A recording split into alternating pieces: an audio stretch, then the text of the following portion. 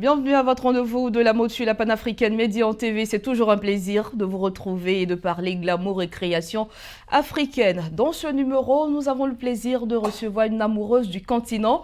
Elle fait la promotion des pagnes africains, notamment le pagne tissé du Burkina, le pagne made in Côte d'Ivoire et d'autres pays avec sa marque Mamisor qui vend l'Afrique aux Africains et au monde entier. Elle, c'est la charmante et magnifique Mariam Soré qui est avec nous sur ce plateau. Mais avant de lui donner la parole, découvrons l'impressionnante soirée de gala marquant la fin de la 5e édition de Mamisor Fashion for a Cause. Reportage avec Thomas Oumou et Joseph Zécré.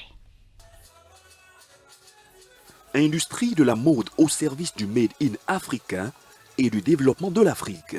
C'est le thème de la 5e édition de Mamisor Fashion for a Cause. Après un panel très bien développé en matinée, place était à la soirée de gala couronnée par un somptueux défilé. Sur le thé, 12 stylistes ont présenté leur dernière collection. Venus de la Côte d'Ivoire, du Burkina Faso, du Mali et du Bénin, c'est d'abord le Burkinabé Ben Isaac Compaoré, sous le pseudonyme de Black, qui a ouvert le défilé avec sa collection de style urbain.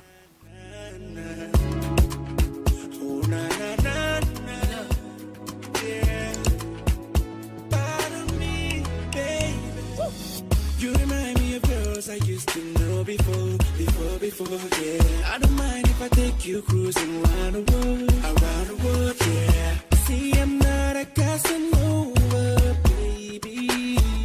I know who you are, what you are. I heard you saying na, oh no. You got me feeling like a player. My baby, pico, don't go. 'Cause I love the way you are. I heard you saying na, oh no. You got me feeling like a player.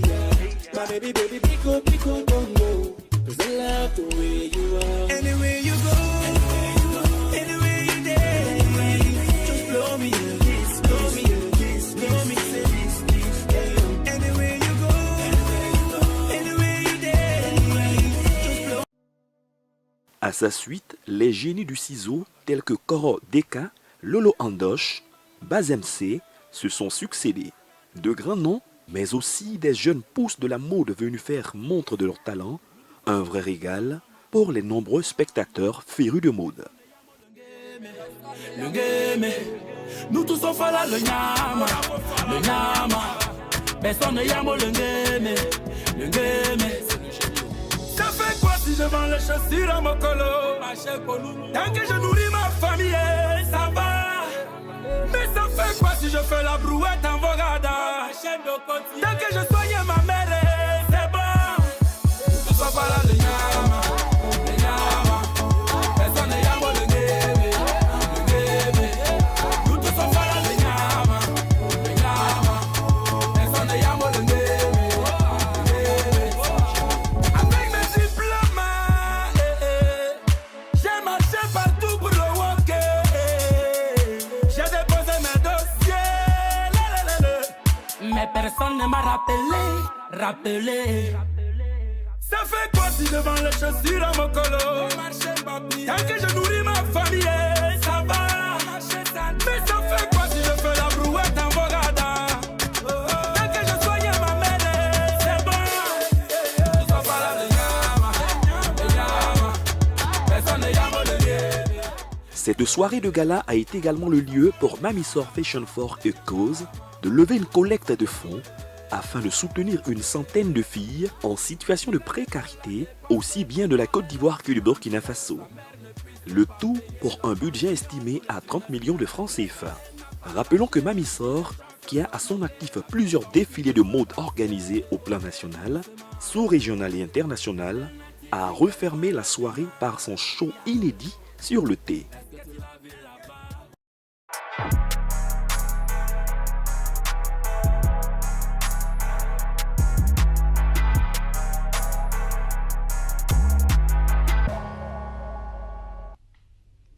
Je le disais, elle est avec nous sur ce plateau, Mariam Soré, plus connue sous le nom de Mamisor. Merci d'avoir répondu à notre invitation. Merci à vous de m'avoir invité. Alors, quand on revoit ces images, quels commentaires faites-vous? C'est avec beaucoup d'émotion. Vous savez, je découvre en même temps que vous. C'est vrai qu'il y a certains bouts que j'ai vus, mais bon, le voir ainsi, ça me plonge également dans la soirée. Je vois une belle soirée, je vois des jeunes stylés surtout très prometteurs. Et voilà un peu ce que je peux dire. Alors, Mamisor Fashion for a Cause, c'est quoi? Mamisor Fashion for a Cause, c'est un événement mode parce que ça me tenait vraiment à cœur d'organiser un événement mode il y a cela 6 ans. Et bien, j'ai décidé de faire un événement mode qui me ressemblait, on va dire. Et ce qui me ressemble, on va dire, c'est plus porté sur le social, la générosité, le partage. Donc c'est pourquoi j'ai ajouté le for et cause, voilà, pour que ce ne soit pas juste un événement mode, mais que ce soit un événement mode derrière lequel on collecte des fonds, on vient en aide à telle et telle cause qui nous tient à cœur. Donc voici. Et qu'est-ce qui vous a guidé durant toutes ces années quand vous me dites c'est un événement à votre image? Oui, mais je dis à mon image, hein, avec grande modestie, permettez-moi, parce que j'ai grandi au fait dans un environnement du donner et du partage. J'ai grandi avec une grand-mère qui m'a vraiment inculqué des valeurs de partage. Et chez nous, c'est inconcevable de ne pas partager.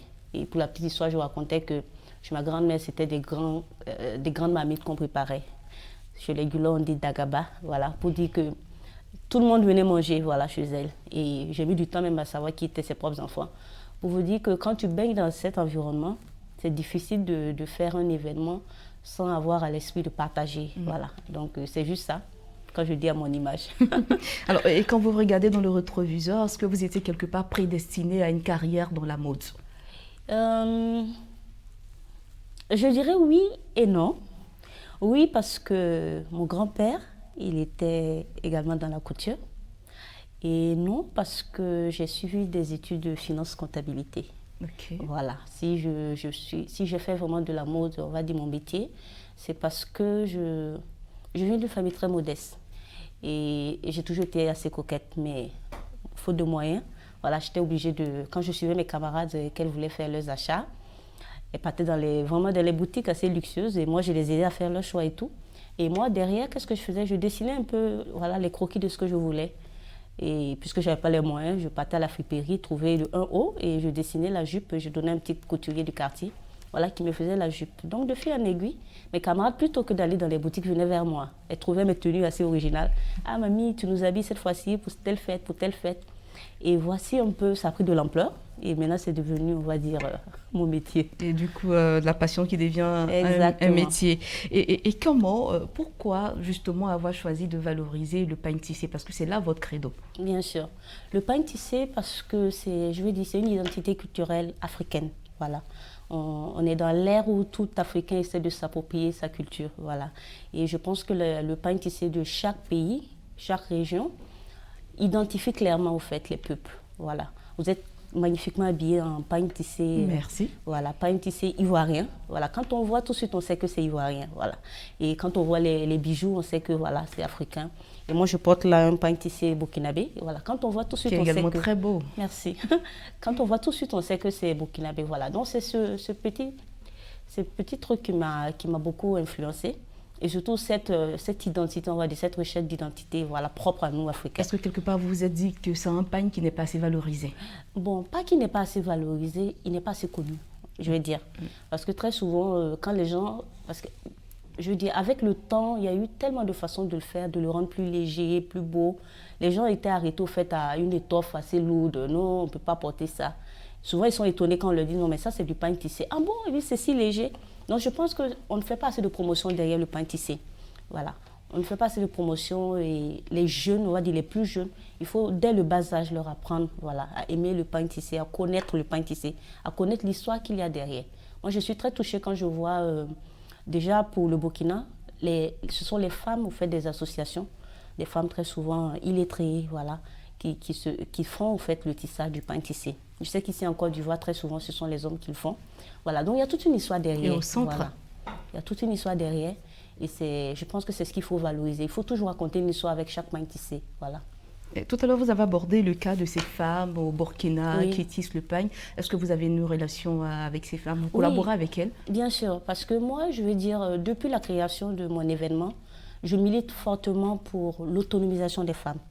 Donc, très souvent, tous mes thèmes tournent autour de la femme. La première édition, on était venu en aide aux femmes incarcérées. La deuxième édition, on a parlé de l'excision. La troisième édition, c'était l'autonomisation de la femme. La quatrième édition, c'était la labellisation, mais derrière le projet, c'était la femme. Et cette édition également, c'est d'offrir des métiers, des machines à coudre aux femmes. Donc du coup, je pense que, voilà, pour revenir à votre question, concernant les tisseuses, à la troisième édition, nous avons entrepris d'offrir des métiers à tisser aux femmes qui sont vraiment du milieu rural, voilà, du milieu rural principalement. Et c'est très touchant quand vous voyez, vous faites le résultat. Parce que nous avons offert des métiers à tisser à des femmes qui sont d'une commune au Burkina qui s'appelle Bingo. Voilà. Ce sont des femmes voilà, qui passent la majeure partie de leur temps au champ. Et très souvent, il y a l'âge et ça fait que les travaux très lourds, c'est difficile pour elles. Donc quand vous les voyez très entrepris en train de tisser, ça nous touche. Et Dieu merci, ce sont les femmes que nous-mêmes nous réemployons, puisque, je veux dire, j'utilise vraiment voilà, les créateurs et créatrices. On utilise beaucoup les pagnes tissées, moi personnellement. Donc du coup, elles ne chantent pas. Donc oui, j'ai une relation assez particulière avec ces femmes. Et j'espère, à la fin de cette édition, voilà, arriver à toucher au moins 100 femmes encore également, qui vont apprendre le métier de tissage. Pourquoi et pas, le métier de couture. pourquoi pas. Et donc, vous êtes à cheval entre la Côte d'Ivoire et le Burkina. Est-ce qu'on retrouve ce brassage dans vos créations? Oui, beaucoup.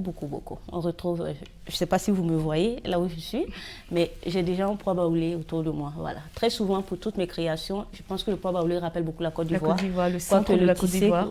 Exactement. Quoique le tissé rappelle le Burkina. Et je suis beaucoup à cheval. J'ai une histoire particulière avec la Côte d'Ivoire parce que mes parents sont nés ici et moi-même j'y ai vécu et puis voilà. Et là, je suis installée. Bah, vous êtes chez vous, on est chez nous en Côte d'Ivoire. Alors, quel type de création vous proposez généralement? Mais on va dire que nous travaillons beaucoup la forme et la matière. Oui, parce que c'est une création assez variée, je veux dire. C'est vraiment sur inspiration. Très souvent des tenues, on va dire, très confortables. Des tenues confortables, des tenues très élégantes parce que la classe, on va dire, la classe, un peu, ça compte beaucoup pour nous. On évite un peu les tenues assez vulgaires, mais très souvent on est dans la classe. Des tenues assez décentes. Des tenues assez décentes. Et pour les hommes également. Mamie Sor, avant de poursuivre cette interview, le soir le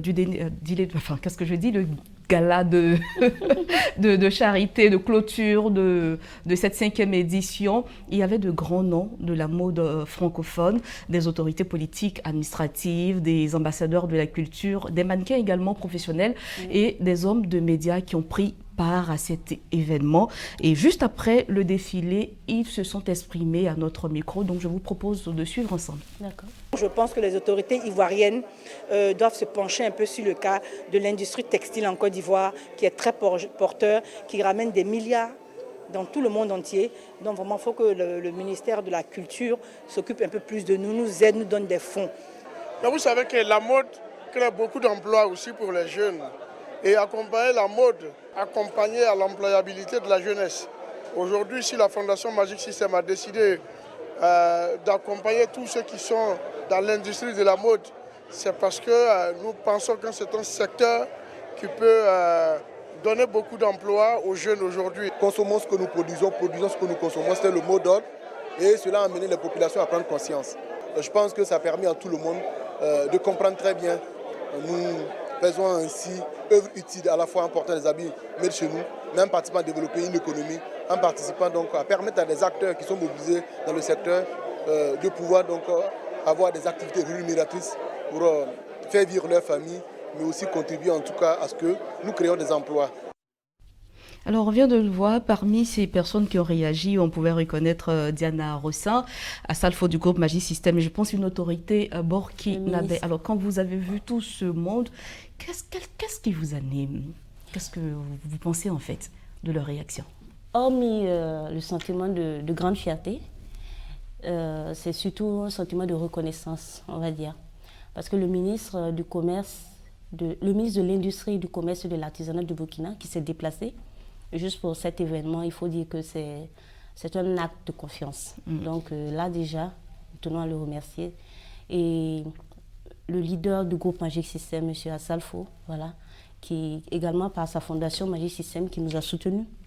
Il faut dire que c'est plus de la reconnaissance, on va dire. Et Diana Rossin, qui est une styliste qui a également présenté une collection lors de la cérémonie. Alors, Mamissor, l'industrie de la mode au service du Made in Africa et du développement de l'Afrique, c'était le thème de cette 5e édition. Les participants sont-ils repartis comblés? Parce que vous avez eu des panels, des échanges autour de cette thématique-là. Il faut dire que pour cette édition, l'innovation, vraiment, c'était le panel. Et au vu de l'engouement et au vu de ce qu'on a récolté comme information des participants et également de ceux qui étaient présents, des participants et de les panélistes, je pense que c'est un acte que nous allons poser également pour les éditions à venir. C'était important et je pense que les gens étaient assez satisfaits du panel parce qu'on a touché au bout du doigt les réalités de la mode, vous savez. L'industrie de la mode au service du Made in Africa, du développement de l'Afrique, c'est un thème d'actualité. C'est un thème qui réunit, on va dire, pas que seulement 3 ministères, 4, 5, je ne sais pas combien de ministères, le ministère de l'Emploi, le ministère de l'Artisanat. Il y a tellement de ministères qui se sentent concernés par ce thème. Et là, nous n'avons touché que, on va dire, les ministères du Commerce et les ministères de la Culture. Alors qu'il y a les ministères de la Femme, il y a les ministères de l'Emploi. Voilà, pour vous dire que c'est un thème qui est d'actualité. Et au vu de ça, je veux dire, si ce thème n'était pas assez porteur, je ne pense pas que les autorités allaient se déplacer pour le panel. Et au panel, le ministre était là, les directeurs du cabinet étaient là, les directeurs généraux des industries du Burkina et de la Côte d'Ivoire étaient là. Donc pour montrer vraiment que ce thème intéressait vraiment tout le monde. Et hormis ça, à la soirée, je pense que ça a été vraiment le cours du spectacle. Les gens ont beaucoup aimé. Ils ont aimé cette diversité. Voilà. Ce ne sont pas seulement des anciens créateurs, ce sont des jeunes. Tout le monde a découvert et tous les défilés ne se ressemblaient pas. Chacun avec sa touche. Et vraiment, je pense qu'on a mis en avant le Made in Africa. C'était l'objectif de cette 5e édition. Et justement, moi, je voulais demander, mais comment vous avez réussi à réunir tout ce gotha de la mode et du showbiz? Est-ce que ça a été facile? C'est pas évident. C'est déjà par la grâce de Dieu, il faut le dire, et aussi par le relationnel. C'est important. Moi, je suis à la 5e édition et je dis durant les éditions se préparent pendant toute l'année. Hein. Et durant, j'observe beaucoup les stylistes qui se démarquent. J'observe beaucoup les actions qui sont menées par certaines personnes parce que nous avons des prix de reconnaissance que nous donnons en fonction du thème. Donc j'observe beaucoup et je prends le temps, voilà. Je regarde est-ce que tel styliste ferait l'affaire pour telle édition. Est-ce que voilà, on essaie toujours de prendre les anciens créateurs, les nouveaux créateurs pour révéler. Je pense que l'objectif c'est de révéler des nouveaux talents, voilà. Donc vraiment, comment les réunir, c'est vraiment le reste, c'est la grâce de Dieu. Et 5 éditions de votre événement, est-ce que ça a été facile d'en arriver là?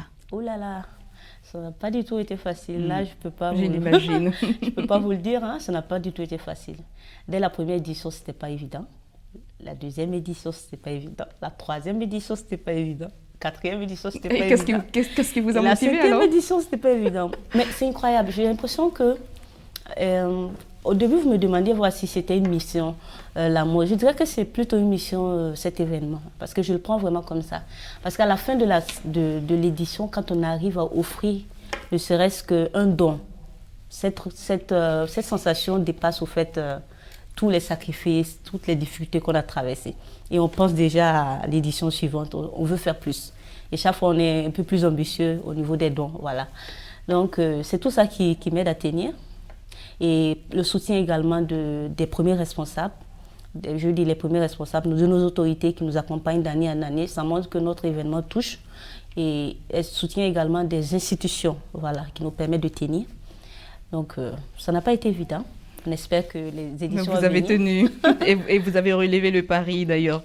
Mamissor, lors de cette soirée de défilé, il y a eu une collecte de fonds. Tout à fait. Pendant la crise de la Covid, on se rappelle. Oui. Vous avez fait des dons. Oui. On sait également que vous êtes une dame très très aimante qui aime aider son prochain. Alors dites-nous pourquoi cette collecte lors de ce défilé et à qui est destiné ces fonds? Merci. Pour chaque édition de Mamissor Fashion for a Cause, nous avons un thème, voilà. Et derrière ce thème, nous avons une action concrète, voilà, que nous menons. Et cette année, on va dire, le thème, c'était l'industrie de la mode au service du Made in Africa et du développement de l'Afrique. Et on va dire, le projet derrière ce thème, c'était d'offrir des machines à coudre et des métiers à tisser aux femmes qui sont dans le besoin et qui désirent apprendre le métier de la couture. Donc, pour arriver à ces dons, Il faut bien qu'on collecte des fonds. Donc, mais il faut dire que les collectes ne concernent pas seulement la soirée. Voilà, les collectes se font avant, pendant et après. L'édition dure une année et les collectes se font un peu durant toute l'année. D'accord. Voilà, pour qu'avant l'édition qui vient, nous puissions concrètement dire, voilà, nous avons pu réunir tant. Et vu que cette année, on est assez ambitieux, on va dire, en termes de dons, nous voulons toucher 100 personnes. C'est pas petit. Et le budget est estimé à combien? À 30 millions, c'est pas petit, mais je sais qu'on y arrivera. Voilà. Donc c'est pour ça qu'on a fait les collectes, voilà, pour essayer. Mais au fur et à mesure, voilà, on fait des dons. Sinon, à qui est destiné également? Dès le départ, on ne définit pas. On définit, mais je dis, on ne dit pas, oh, ces dons vont aller à telle association, à telle personne.